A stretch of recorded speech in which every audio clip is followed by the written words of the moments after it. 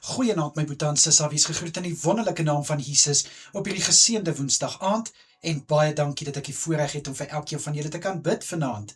Ek glo en vertrou julle het 'n goeie dag gehad en kon alles doen wat julle moes doen en vir die wat kon uitrus om vanaand weer die skof aan te pak, weet ek, julle is uitgerus en reg vir vanaand. Vader, baie dankie dat ek die voorreg het om my boetie en sissa voor u te kan neerlê vanaand. Vader, baie dankie vir u genade oor ons deur die dag. Dankie vir u goedheid en guns waarvan ons kan getuig. Dankie liewe Here vir alles wat ons kon doen, vir alles wat ons kon uitrig. Dankie vir al die seëninge en vir al die voorsiening uit die hand. Dankie dat u my boetie en sissa kalmte en rustigheid gegee het, sodat hulle kon rus inkry om vanaand se skof weer aan te pak.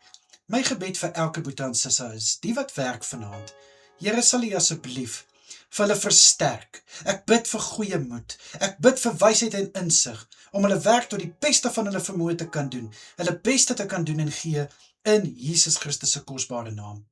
Vader, ek bid ook, sal u asseblief elke boetie en sissa, liewe Here wat gaan slaap vanaand, vul vir hulle asseblief met rustigheid en kalmte, sodat hulle kan goeie rus inkry, dat hulle nagrus soet kan wees.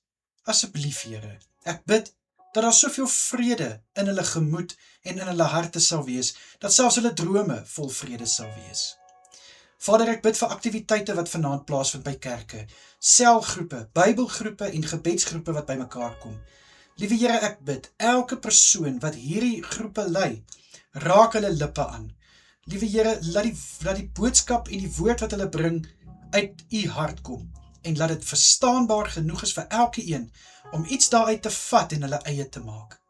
Liewe Here, ek bid vir bybelskole en vir kursusse wat aangebied word by kerke vanaand. Liewe Here, ek bid dat elke persoon wat hierdie aanbieding gaan laat plaasvind, dat hulle gevul sal wees met kennis en met wysheid, om die lesing op so 'n vlak te bedien, dat elkeen dit kan verstaan, dat hulle kennis kan opbou, en daarvolgens kan leer, in Jesus Christus naam. Vader, mag u teenwoordigheid elke vertrek vul, waar daar 'n aktiwiteit gaan plaasvind. Asseblief Here, dit is my gebed in Jesus se kosbare naam. Dan vra ek Here, om asseblief elke boetie en sissa te beskerm deur hierdie onbekende nag, en vir elkeen veilig te hou, waar hulle self bevind. Asseblief Here, dit bid ek alles in Jesus Christus naam. Amen en amen. My boetie en sissa, julle moet 'n wonderlike aand verder hê.